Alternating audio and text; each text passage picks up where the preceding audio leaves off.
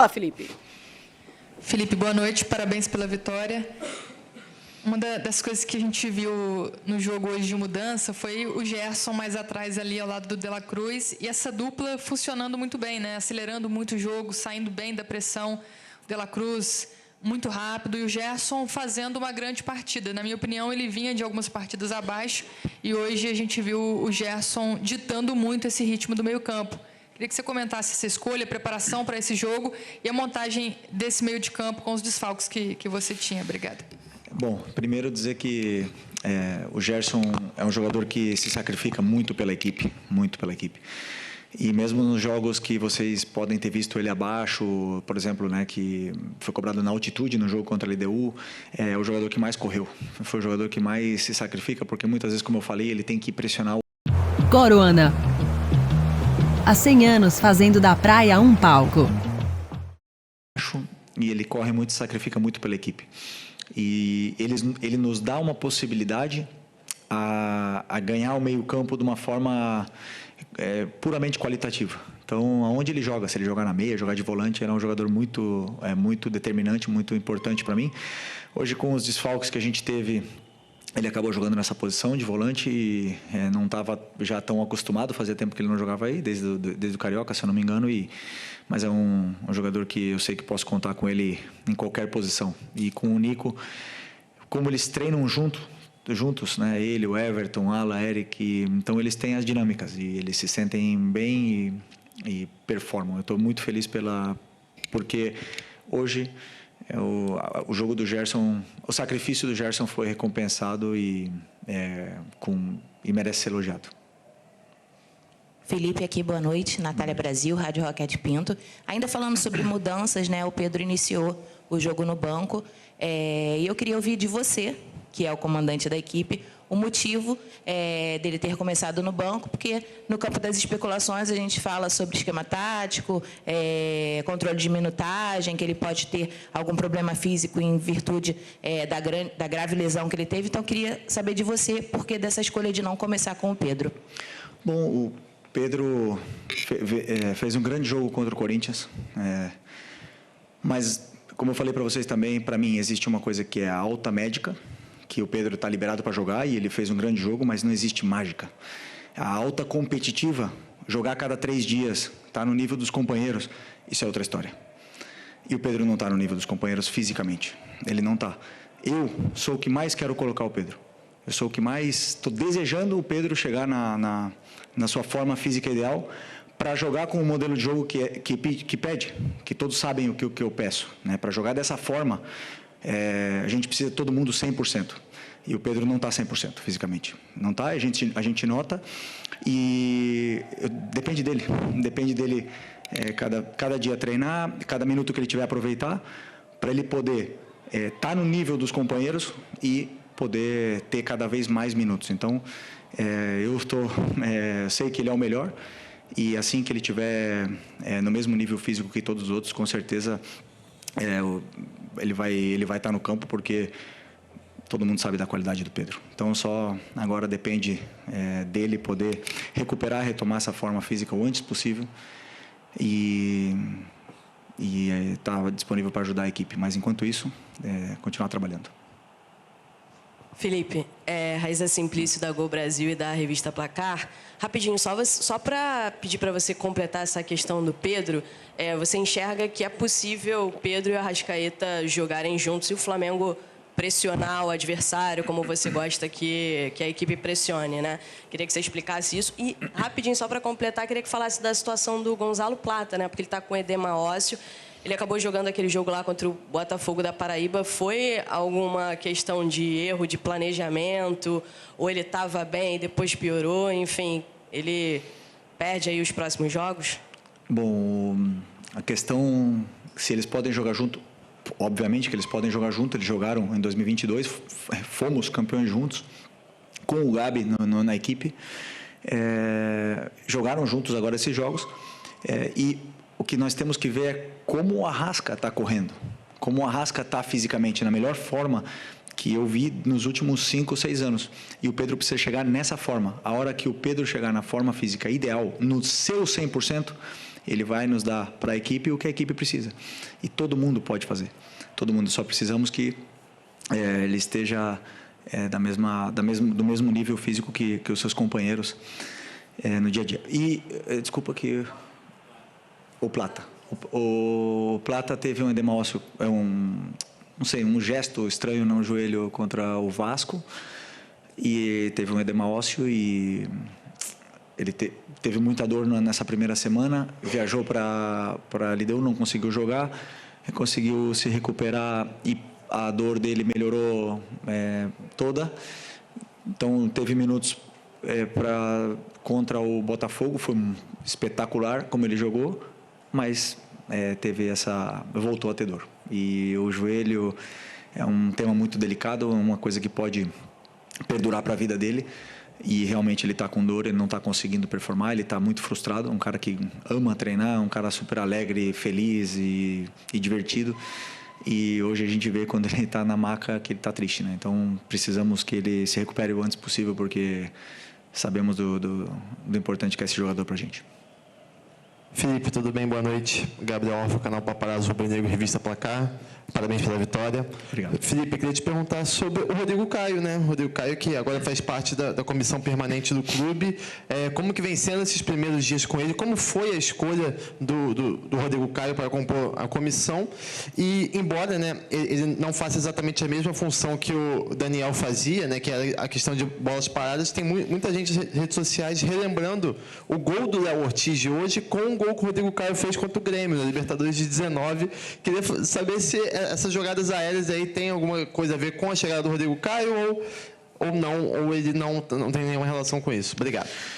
Bom, primeiro agradecer o Daniel Alegria, que começou comigo, estava comigo desde o começo, né, no Sub-17, me acompanhou toda essa trajetória, subiu comigo aqui profissional, me ajudou muito, mas eu entendia que precisava uma mudança. Comentei com o Boto sobre essa mudança na comissão e de um perfil diferente, de uma pessoa diferente, e como vocês bem imaginam, eu e o Boto conversamos todos os dias, horas e horas e horas sobre tudo. É um cara que ama falar de futebol e está comigo, com os treinadores que ele trabalhou, e eu também gosto de perguntar muitas coisas para ele, sou muito inquieto, e ele até liga para outros treinadores para eu perguntar coisas de tática, então a gente se ajuda muito, e ele me deu alguma opinião e alguns nomes, né, para poder completar essa vaga. Obviamente, quando eu escutei o nome do Rodrigo, já aprovei na hora, porque eu conheço a pessoa, o caráter e o profissional que ele pode ser. Ainda é novo, tem muito a aprender, e veio para somar na parte do clube, né? Então, estamos felizes com a sua chegada. Tem um impacto grande, né? Os jogadores respeitam muito uma pessoa íntegra como o Rodrigo, e com a história que ele tem. E sim, está ajudando também na bola parada, junto com o Marcinho, junto com os nossos analistas. Então, todas as jogadas de bola parada foram preparadas e treinadas. Às vezes acontecem gols, às vezes não.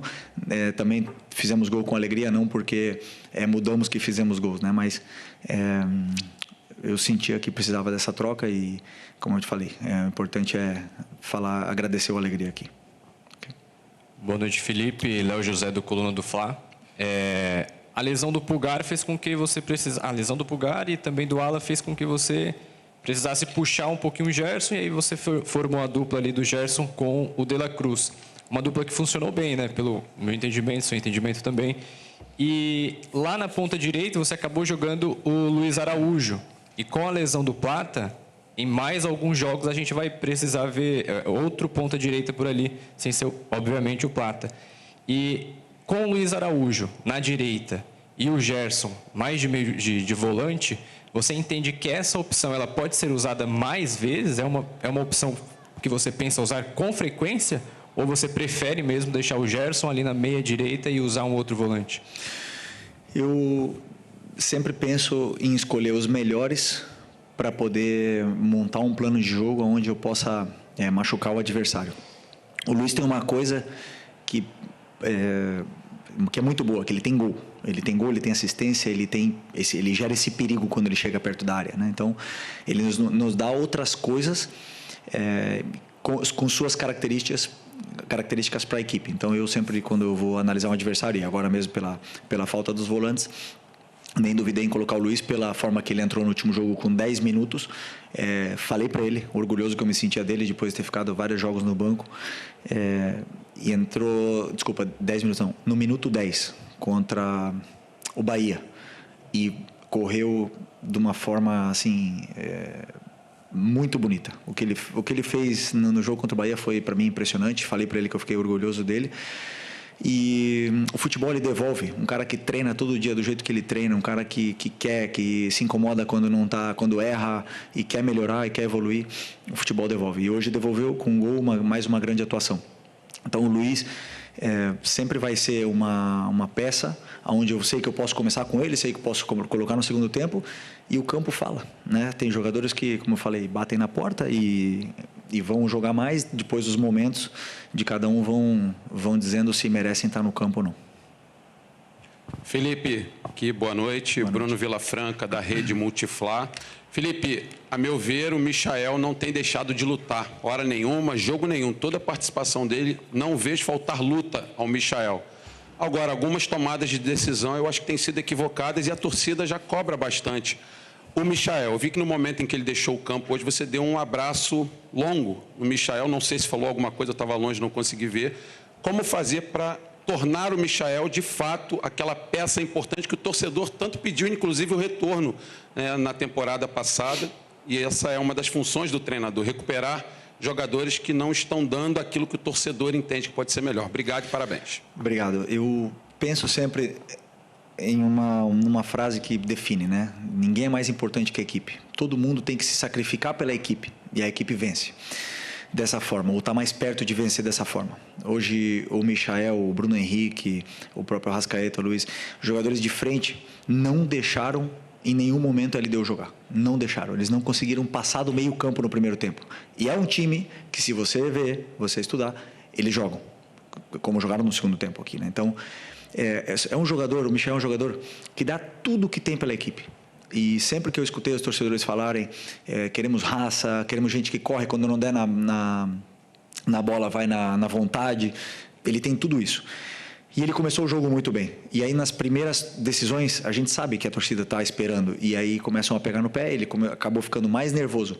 Mas não temos que esquecer o que o lateral direito do LDU sofreu com ele, e tanto é que foi substituído, por causa que o Michael machucou muito aquele lado deles ali. Depois, falta o terço final, falta o último passe, falta essa tomada de decisão? Sim. Ele sabe, ele treina, ele é o cara que mais fica fazendo complemento todo dia, e a hora que a bola entrar ou que ele conseguir se soltar um pouco mais nesse aspecto, ele tem porque em 2021 ele fez 15 gols, se não me engano, 12 gols, ele quase foi artilheiro do Brasileiro aqui naquele ano. Então, eu tenho que tentar também ajudar ele a recuperar isso aí, que é um jogador que deixa tudo que tem pelo Flamengo. Oi, Felipe aqui, David Sharp, do Antenados na Jogada. Parabéns pela vitória. Eu queria saber o que você pensa em relação à marcação alta e criação de jogada, porque não necessariamente o time precisa marcar alto e roubar a bola no campo do adversário para criar jogadas, para ter a posse de bola, né? Salvo engano, até o Guardiola falou que roubando a bola no campo do adversário você está muito mais próximo do gol e a chance de fazer gol é muito maior. Mas, ainda assim, se o time marcar médio para baixo, consegue retomar e até ter a posse de bola, não perder e criar mais jogadas, né? Então, queria saber em relação a isso, sobre jogadores que talvez não marquem tão bem assim pressão, como talvez o próprio Arrascaeta, o Pedro nesse momento, Gerson, não sei se você concorda, se eles podem jogar juntos até dessa forma um pouco mais compacta, até para quando furar essa linha de marcação logo do campo de ataque, não gerar espaço atrás, né, no campo de defesa. Para mim, a única diferença, por exemplo, de um Bruno Henrique, Pedro, Arrasca e Plata, que são jogadores, é a intensidade na pressão. Mas a pressão todo mundo pode fazer. O que acontece? A gente só olha a pressão alta. Só que, para mim, o jogo é feito de fases, né? Então, na fase defensiva, para mim, são 4 fases, que é o tiro de meta, a pressão alta, o bloco médio e o bloco baixo. E todos eles têm que fazer as 4 fases. Ou seja, tem que pressionar o tiro de meta, temos que pressionar alto quando a bola está no pé do goleiro, e quando eles rompem a nossa pressão, nós temos que saber fazer um bloco médio, temos que voltar todos, e quando tiver bloco baixo também tem que voltar todos. Tem uma função defensiva a fazer em todas essas fases, na fase defensiva e também na fase ofensiva, claro que são outros aspectos. Todos eles podem fazer, todos eles podem fazer. A intensidade da pressão, a força que você vai pressionar é outra. Isso sim, isso é uma coisa, uma característica que a gente não pode mudar, mas todos eles podem fazer as 4. E, aliás, fazem, quando estão bem. Felipe, boa noite. Mauro Santana, do canal Mauro Santana. Não tem tempo no calendário do futebol brasileiro nem para chorar derrota, nem para comemorar vitória, né? Exatamente são 67 horas que você vai ter para recuperar a sua equipe já para o Clássico com o Botafogo no próximo domingo pelo Brasileirão. Tendo em vista a intensidade, principalmente no primeiro tempo, que você cobrou da equipe, como é que você está vendo essa preparação e principalmente a recuperação dos atletas para esse compromisso e um adversário que também está motivado, que também obteve uma vitória na Libertadores? Vai ser um grande jogo, um jogo duríssimo, dificilíssimo. Eles têm um dia mais de descanso, né? Mas que não serve como desculpa. Agora nós temos que ligar a maquinária o mais rápido possível da recuperação, que esses jogadores possam se recuperar e possam chegar bem nesse jogo de domingo, né? Claro que os jogadores mais jovens se recuperam mais rápido, os jogadores com mais idade, com mais de 30, já vão ter uma certa dificuldade, mas tenho certeza que nós vamos chegar bem no jogo.